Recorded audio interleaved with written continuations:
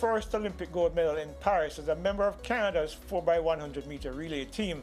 He speaks about his experience and sheds some light as to why Jamaica's relay teams have struggled in recent times. As you may know, Jamaica did not win an Olympic medal in the relays in Paris, the first in a very, very long time. Hello, I'm Leighton Levy and welcome to another episode of Out the Blocks on SportsMax platforms. With me is the passionate track and field fan, D Major. And if you have not yet done so, please remember to subscribe to our YouTube channel, like and share our content. A big thank you to all the positive commenters on our chat last week with Khalees Spencer. We appreciate the feedback. Of course, the quarters of Brendan Rodney, Jerome Blake, Aaron Brown and Andre DeGrasse stormed to victory in Paris in a fast 37.50 seconds. It was the fifth time that Canada was winning a 4x100 meter relay medal at the Olympic Games. Of note, I should say, this is the first.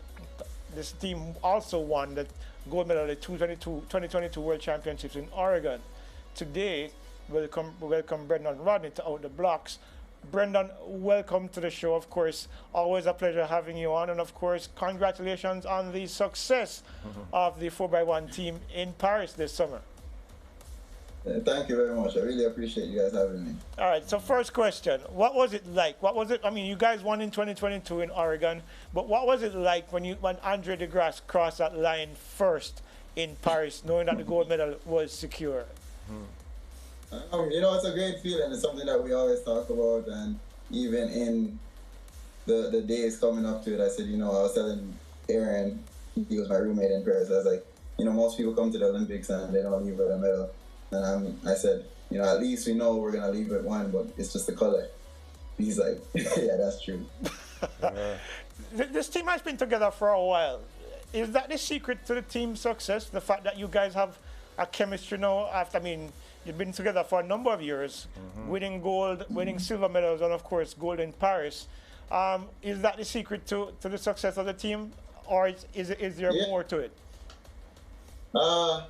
We practice a lot as well, but the secret I think now for us is just that we've been together for so long and we're friends, so it's not a person that I won't pick up my phone and call and say, hey, what's going on, or I need help with this, what's your advice, whatever, for Aaron, Andre, or even Jerome. So for us, it's more than just now practice. It's more that we've just been together. We know where the next guy's hand's gonna be. We trust each other, and we talk off the track. All right, nice. Brendan, welcome again, and congrats, and congrats on your gold medal. Extension of that question, Brendan, we know you have to train individually, like probably 6 times a week, correct? Yeah, man. So how do you guys get together and sharpen the relay practices as a unit, though? How often do you get a chance to do so? We every year we have at least one relay camp where all of us attend. There's more relay camps for some of the younger guys coming into the program, but we go to like the Florida relays, and we just have a week and we train and we do some relay stuff, and we do that every year. It's just part of training programs now. It's hard at the major games, so everybody tries to go to the camp, and we get maybe 2 or 3 sessions in. World relays, again, when it does happen, we get maybe a session in our week of training. So up to 3 times for the year, we will see each other, for relay duties. We see each other more for other competitions. So you don't wait at all on like your trials to decide. You have a certain pool of guys that you practice with those 3 times a year? Okay. I mean, and in the sport of track and field, who's doing well from who's not doing well. So you have a pool of guys who are doing well. Yeah. You have, your core guys. Yeah. And we use those guys, we mesh it together, and then, we test out different combinations, yeah. Right. And we work it from there. Oh, one more question for Leighton. Brennan, I know you run the top bend. I believe, I personally think you're a great curve runner. But is there any other relay leg you would have preferred to run? Not anymore. Maybe in my younger days, I would probably want to run either the backstretch or anchor. But really, at this level, I think that's where I'm best suited for my team. Yeah. If I was on a different team, I'd be suited somewhere else. But for now, no, not really. Okay. Brendan, everybody knows by now that you train in Jamaica at the Sprintec Track Club. Of course, this is Coach Maurice Wilson's first Olympic gold medal. I think it's also his first Olympic medal. No, yes, first Olympic medal actually. No, because you guys got silver in Tokyo. When did you get? Yeah. In Tokyo, right? In Tokyo. Yeah. So this was his first Olympic gold. Yeah. What was that conversation like with him when you showed him that medal for the first time? You know, he's a man that doesn't really show much emotion. So, you know, it's just like good going. And he said you ran a great leg, and you know, I'm proud of you. You know, so for him to say even all that, it's, you know, he's not a man of many words. So, you know, you have to be grateful when he says things like that to you. Yeah, and of course the fact that you were able to, from your side, certainly how proud would you have been to be able to hand him that special privilege of having an Olympic gold medalist? Mm-hmm. You know what? It's always a great privilege to, you know, when you're coach, you know, you work day in, day out with him, and you know, you butt heads, you know, you have the good times, the bad times, and at the end of the year, you can come back and, you know, say, you know, this is the hard work that we put in, and this is what's there to show. Okay. So tell me, one of the things, I mean, going back to something that Major asked earlier on, in terms of the relay camps, who are some of the other guys in that pool who we might not be aware of? The guys who are part of that squad that practice consistently when you go to these relay camps? All right, so we have like 3 guys who would maybe be our alternates. That would be Dwayne Asamoah, Malachi Murray, and Eliza. I can't even pronounce his last name, but yeah, those are 3 next up guys. Then we have some other guys, some younger guys who we might have in, and they would be like Norris Spike, Brandon Letts, and a few other guys. So those would be like the upcoming guys who, you know, we kind of, if they're at a camp when we're there, we will try to help them, show them, you know, this is what you guys got to do. This is what, you know, this is how to get to the next level, and things like that. So we help them as much as we can, as well as, you know, we don't try to let them take our spot. So it's always a competitive day when we're out there. And when is the Final Four selected? Is it after the national, your Canadian trials, that the top 4 or the you know, who make that Final Four make the cut? Or is it decided during the course of the competition itself? There's a lot of factors that come into it, especially since we have relay camps. It's, you know, who can pass well, who fits in a good section, and who fits in this spot, or who doesn't fit in this spot, who can receive the stick well, all of those different things. As well as, you know, the guy who's performing, because you can have a guy who's running 9.8 and you can't leave him off the team, but you gotta put him in a spot where he's gonna be effective as well. So that's kind of how I got my spot, in comparison to a lot of the other guys who, you know, they just were put in spaces. But for me, it was, I went to a meet, I ran well, I could run the turn, I ran 2020 at a meet, and, you know, they seen that I was, you know, in good shape, and they put me in because I was also excelling at those other spots. You're among, I think, 2 other members of the team have Jamaican roots. Am I correct in making that assumption? Yeah. Does that help the chemistry any at all? Of course it does. I think it helps with everything, of course, but I think, you know, just the fact that there's no superstar on the team. I mean, even though Andre has 7 Olympic medals now, he's still in the same room with us at the Olympics. It's not like we don't share rooms and we're not together. When we're at the Olympics or any major championships, we eat together. We go to the track together. We go to everywhere together, except maybe the bathroom, probably. Well, we would hope. Yeah.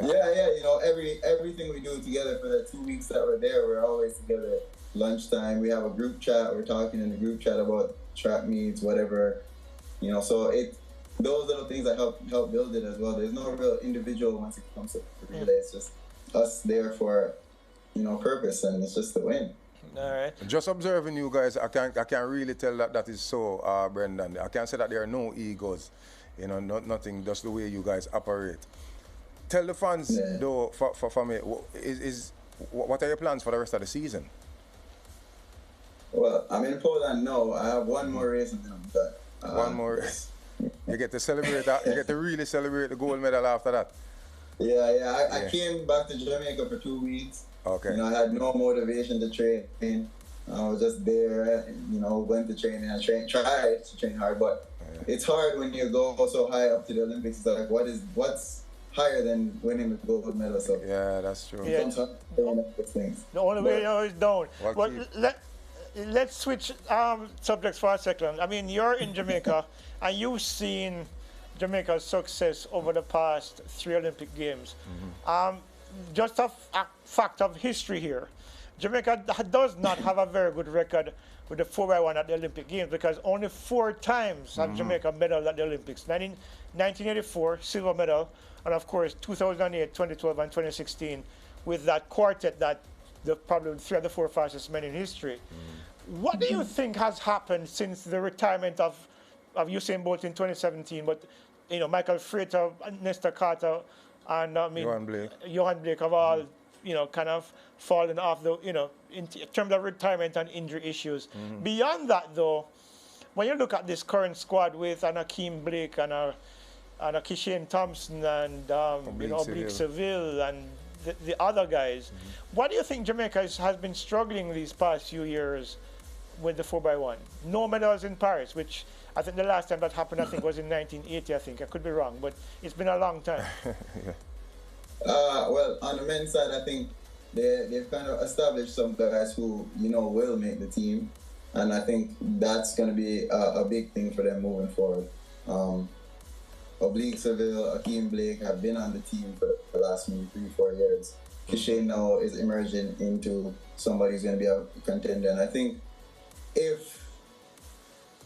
and this is just me as a person who's run relays and, watch the sport and a lover of the sport, I think if they just put like Akeem and Oblique in positions where they build the team around them, because I don't see, and I don't mean this in any negative way, I don't see Kishane going to be a person who's going to practice a lot. So you put him on the anchor leg and you have Oblique and Akeem running second and third, and whoever you want to put in on first, you just put them in on first. And I think that will be their way to success, where you keep those 2 guys in spots where they're going to be doing passing, but they're going to be passing to each other on consistent basis.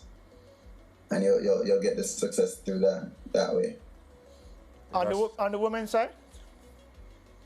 On the women's side, it's a changing of the guard, so it's going to be a little bit more difficult for them in the next couple of years. But I think they just need to do what the US do and put away their egos and go to a relay camp.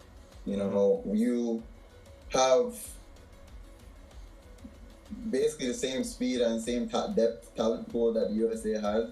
The only thing is the USA women have now made it their duty to go to relay camps and work to win, because they want to win and this is part of their legacy. And I think that's what Bolt and Johan and Nesta and Mikey and even Asaba had. They wanted their chemistry and they wanted to be the best in the world at everything they do. They didn't come on the track to just be good in their individuals. There's an argument about incentives, huh? We heard Stephen Francis talk about, that the J3s and need to incentivize running relays because athletes might get hurt and then of course the issues with injuries and then they're not getting compensated. Is that a factor, you think? I mean, what is that dynamic with Canada as opposed to what happens in Jamaica? I think you can get injured doing anything. You can get injured just training regularly. So I don't want to say incentivize it, and that's the only way you're gonna get you, because at the end of the day, when we are there and we put on the Canada, it's not us, not only about representing yourself, no. It's about representing your country, and you kind of do that. The team aspect is for the country, so they can be a part of what you guys are trying to do. I mean, everybody's gonna cheer for the individual that's doing well, but they also want to cheer for the country on the screen when the Jamaica comes up, and you see, Jamaica at number 1. Yeah.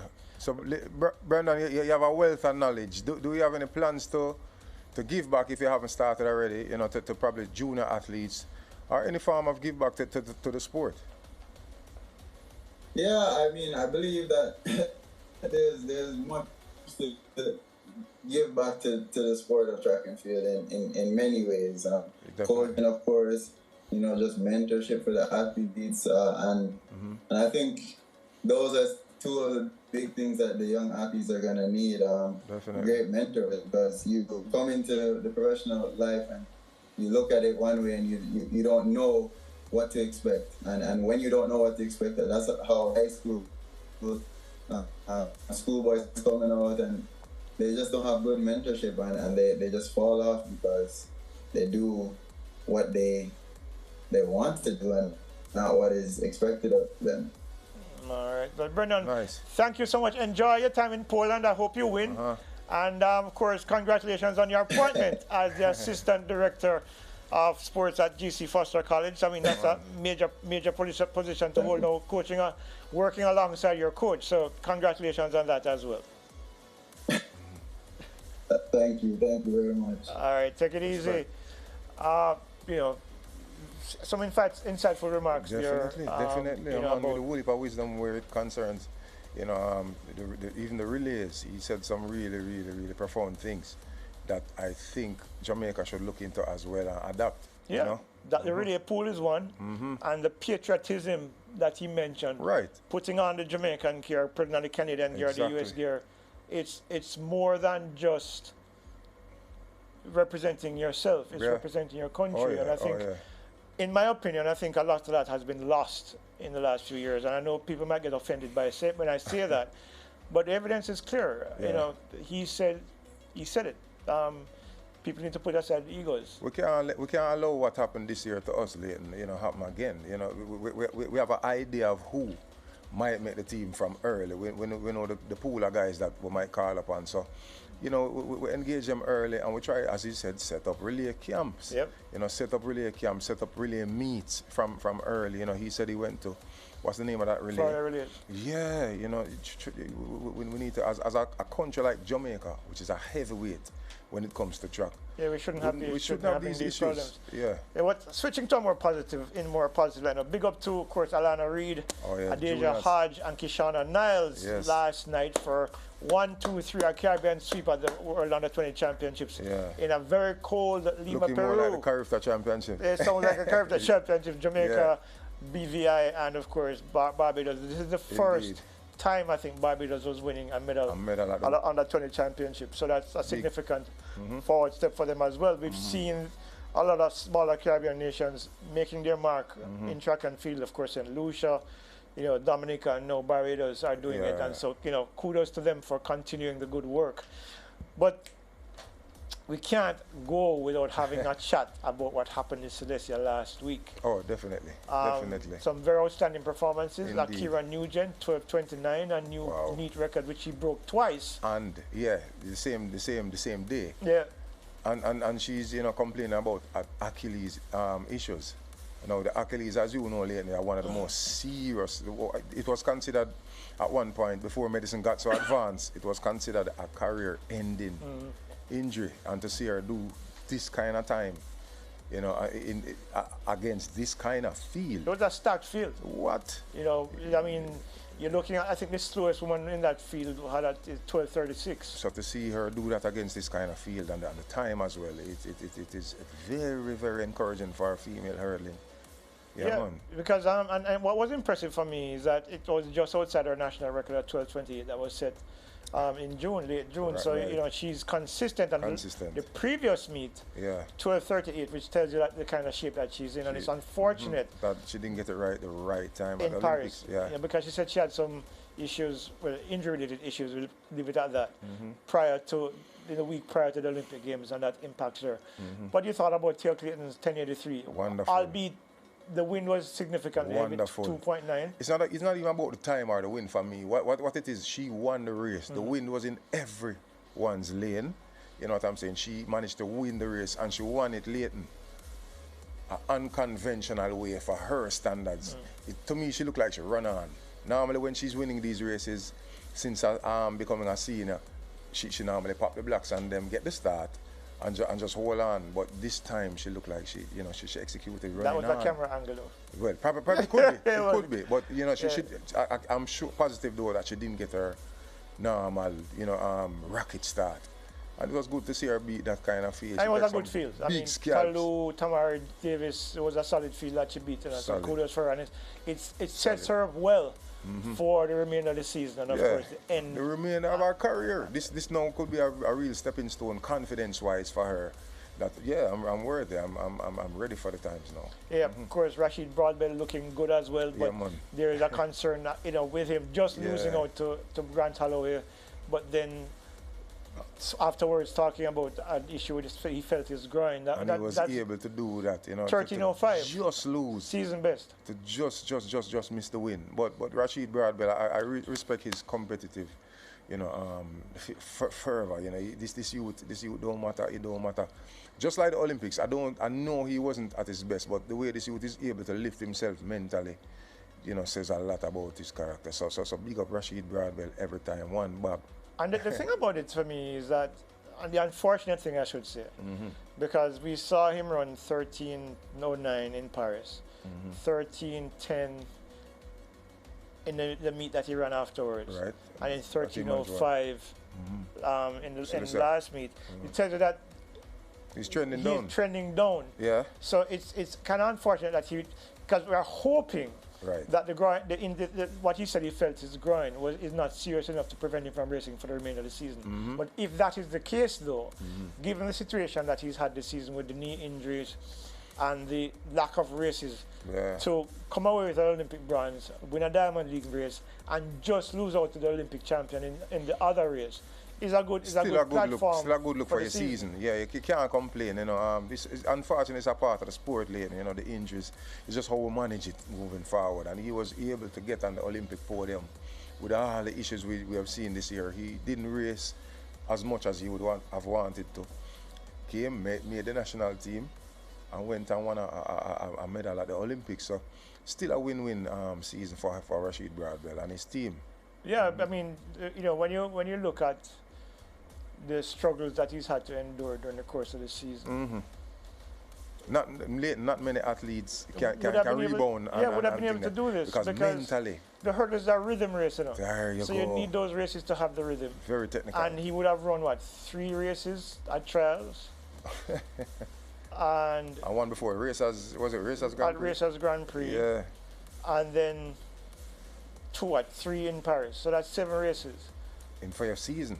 For the season, and of course after. So he has 9 races this season so far, but 2 of them came after the Olympic Games. So it's unfortunate that he would have been able to. He was fortunate that he was able to do what he was able to do, and get it done.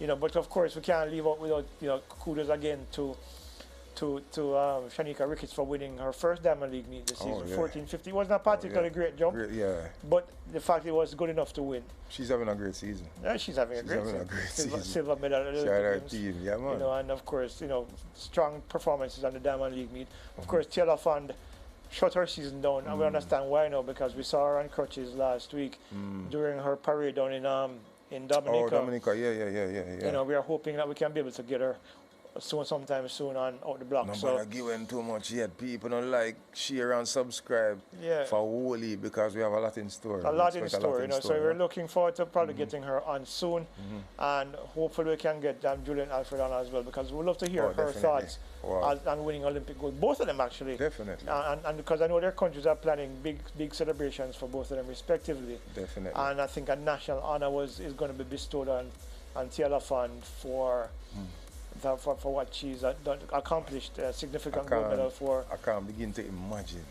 I visited, Dominica about twice, and I can't imagine, the joy and the pride that they are experiencing now. No man, trust me. I see there are videos on our Instagram page. If you're following her on Instagram, you can see there's a lot of energy surrounding her. Wow. A lot of positive vibe, and I think it's a very good thing for Dominica as well. The fact that they now knows what the value of winning a global sporting event can do for your country. Right. You know, so that's something quite significant. Any expectations of Rome coming up? That's tomorrow, yeah? Yeah, I don't know. The way the season is going, You look like a checkout, Leighton. No, I haven't checked out. It's just that the reality of it, I'm for the first time in a long time, I'm having a very open mind to Diamond Rightly League. so, rightly so. Because this is a season that has told me that whatever you expect might But not. Leighton, that is track and field, you know. I know it is track and field, but Usain Bolt, you know what I do. Shelley and Fraser Price, a healthy Elaine. Yeah. I think at them spoil we, you know. No, but for me, this is what, for me, you know what I do for a living. Yeah. I sit down and I analyze things and I write down stats and I make up, I create trends and see who is likely to win an event. It's like last night when I spoke about how open the under 20 boys 100 meter was going to go. I honestly did not think that. I thought it was an open race, and I thought that the odds of a Jamaican being on the podium were very slim. Very slim. Primarily because there are two South Africans and a Thai athlete there who were faster than both Jamaicans in that race. But I will admit, I expected one of the Jamaicans to get on the podium. As I said, it wasn't a given.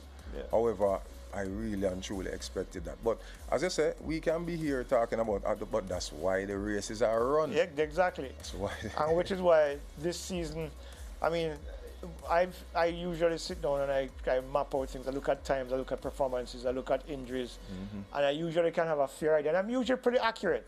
Yeah. You know, people forget that in 2012, I actually predicted 9.64 for Bolt. Yeah. And in 2013, I predicted that Alison Felix wouldn't finish at 200 meters. She wouldn't finish? Yeah. Oh. And it's because of what I do. Yeah. You know, but this year, this has been a challenging year. And I'm sure if our colleague Hubert Lawrence was alive, he probably would have been saying the same thing. Yeah. But it's so what I'm looking forward to do. I'm looking forward to seeing. I'm not. I didn't look at the start list, but I'm hoping to see Paulino again. Wow. I'm wondering if she can go faster than the 48.66, primarily because she ran 48.17 in Paris. And look, a few years ago, we were saying that the world record of 47.60 by Marita Kopp, I think was back in 1985, I think it was. Was untouchable. Not anymore. But we're seeing... I'm getting closer. Salwa in 2019 ran 48.14, 48.17 now. And we've seen a number of women run 48.5, including Jamaica's Nikisha Price. NASA is back at 48.53. And we're seeing where a lot of women are getting closer. Definitely.